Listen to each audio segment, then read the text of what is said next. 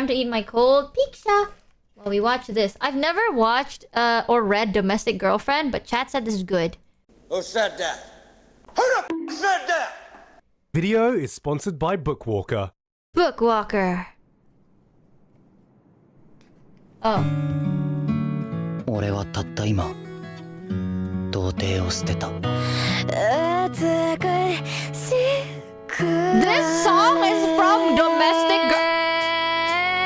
What are you doing, step bro? Since the beginning of mankind, we have always been drawn to fire. Its mesmerizing flames, dancing and weaving was what kept us alive and warm, allowed us to cook food for more nutritional meals that helped us to develop our evolving brains. Which is why, in the modern age, almost as if by instinct, we are still drawn to a dumpster fire, no matter how dangerous or smelly or incestuous it may be. Domestic Girlfriend, or to go by its Japanese name, Domestic Nakanojo, or Kokonai no Girlfriend, or Boku no Girlfriend Academia, is the latest romance to spice up this anime community. A full-on 4K 60 frames per second car crash in slow motion that explodes into a beautiful, roaring, not related by blood flame that we as dumpster moths can't help but fly into. So if you're feeling happy because Kaguya-sama has finally cured your depression this season, have no fear. Domestic Girlfriend has come along just in time to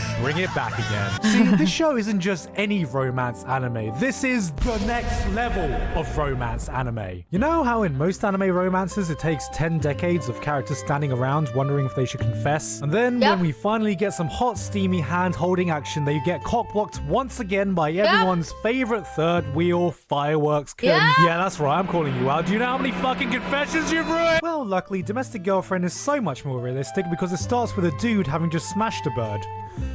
Oh, and that dude's got a crush on his teacher.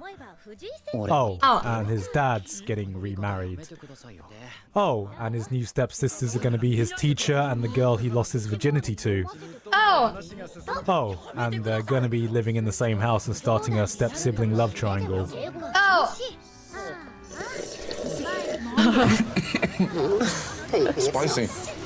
Very spicy. Now, you may be sitting here thinking, wow, this sounds like it can only end badly, but I can assure you, despite what sounds like an absolute disaster of a premise, Red Dead reference!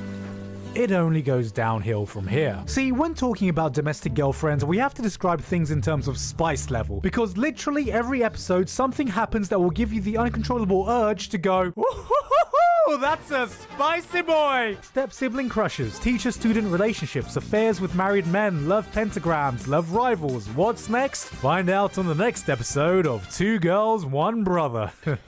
Yeah, boy. But don't worry, it's not some creepy sitcom kind of show, you know? I swear, I swear to God. I mean, we all know it's not incest anyway if you shout no chromo. If we take a look at some of the spiciest peppers in the world, we have the famous ghost pepper at around 1 million Scovilles, the Trinidad scorpion, which beats even that and the granddaddy, the Carolina Reaper at a whopping 2.2 million Scoville units. A pepper so spicy that it's even hospitalized some people for eating it. And yet, that is nothing compared to getting rejected by your first love and almost double suiciding with her, who's also your teacher's stepsister, making out with your other stepsister, flirting with your club president, only to then walk in on your teacher's stepsister buttering her muffin to the thought of her ex-lover while you just stand there and watch while emotional J-pop plays.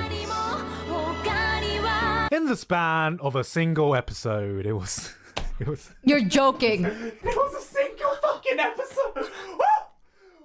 Can I get some milk to wash this spice off? Now, I know what you're thinking. Oh, look, Gigguk's talking about another trashy sister show. Does he want this to be the new era manga sensei or something? And I take offense to that because it should be obvious that these two shows are nothing alike. I mean, I might have called them both trash, but one is a flaming dumpster and the other is a flaming dumpster that the UN definitely want to ban. Not to mention, if you compare the two protagonists, you got the virgin Masamune, fantasizing over a single weak source of a little sister who'd probably spontaneously combust without constant care and attention, so he has to play manslave. And here we got Natsuo, already got laid, fucking dual-wielding incest at this point, while jumping other girls, reaching levels of Chad never before thought possible. And this isn't even mentioning the girls, because what I can respect is someone who knows what they want and they fucking go for it. Because if if you're an anime girl and someone tells you that you can't be with the protagonist because of some bizarre reason like your family or something, you just need to hit them with one of these. ルイ、何言ってるの？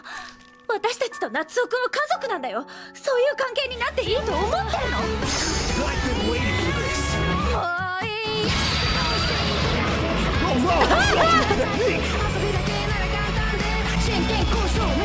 Yes, this time we've got the sister. This The can't be sister who's real. also your teacher, the shy club president, and a Can't be girl real. who's glops enough semen to put her into clinical depression. I'm just kidding. Momo's a fucking angel and deserves all the love, care, and attention and semen she wants. Now, I know I said before that nothing could compete with Hina as the older stepsister that's also your teacher, but in my calculations, I forgot just how much Rui can tip the scale, because you see, in life, there are these mythical creatures that we cannot confirm the existence of, and Rui is one of those creatures of legend, the sacred being we know only as the Emoto. Plus, she's a short, blue-haired anime waifu, so I'm feeling pretty hopeful for her chances because of all the other short, blue-haired anime waifus who got to live happily ever after with the person they love, like,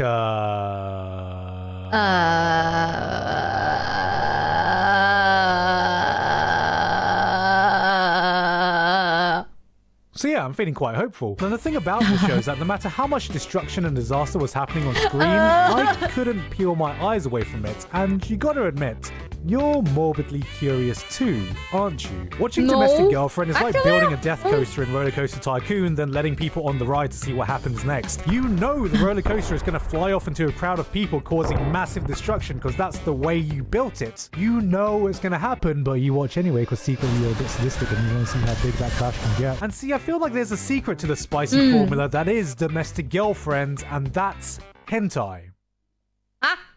Alright, hear me out. It is quite well documented that hentai is an art form that rivals the likes of Picasso, Andy Warhol, and that toothbrush scene in These Monogatari. But you must remember that it I runs hate on that. its I own hate rules, that. not bound by the laws of reality, where fat, ugly businessmen are the model of peak masculinity and hips are sentient beings that can move on their own. Because that world isn't the same 2019 world we live in now. I bet they don't even ask the like button for consent before smashing it. So when watching an episode of Domestic Girlfriend, you may wonder how they can pack so much spice into every episode, but once you realize it runs on hentai rules, it makes perfect sense. We've got levels of cucking not seen since Netarare Genesis Gurengelion. We've got people who are allergic to closing doors because you can't spell spicy without spy. We've got every conceivable vanilla hentai setup you can ask for. The older sister is having a beer. How long till she passes out on the sofa and the guy tries kissing her? 2 minutes. Jesus, it was literally 2 minutes. Oh, we couldn't make this more hentai if we tried. What are you doing, step bro? But that brings up an important I hate question. Why would I Gigguk want so to watch much. a hentai without the banging in it? Doesn't that defeat the entire point? I can't jack off to this. That's a very good question, and I think the only proper response is, bro, if you set your mind to it, you can jack off to anything. See, the advantage of going by hentai rules is that it allows your series to become plot heavy, because in this art form it needs to be plot heavy because you don't want to waste precious time with people not banging, so you constantly need spicy things to be happening, and surprisingly that's entertaining as fuck. Because why would you want to watch some vanilla sex scene anyway when you can just see Right. characters get golden showered with depression? And this leads me to Wow. believe that the unreleased full title of the show is actually Domestic na Kanojo x Kanojo x Kanojo. Don't look Right. at me like that. I know you got that reference. Of course, with all the No, spiciness I I don't. witnessed in the runtime of the show, it made me morbidly Right. curious to see how big of a car crash the manga would be. And what I found was my absolute worst fear. that I really fucking enjoyed it.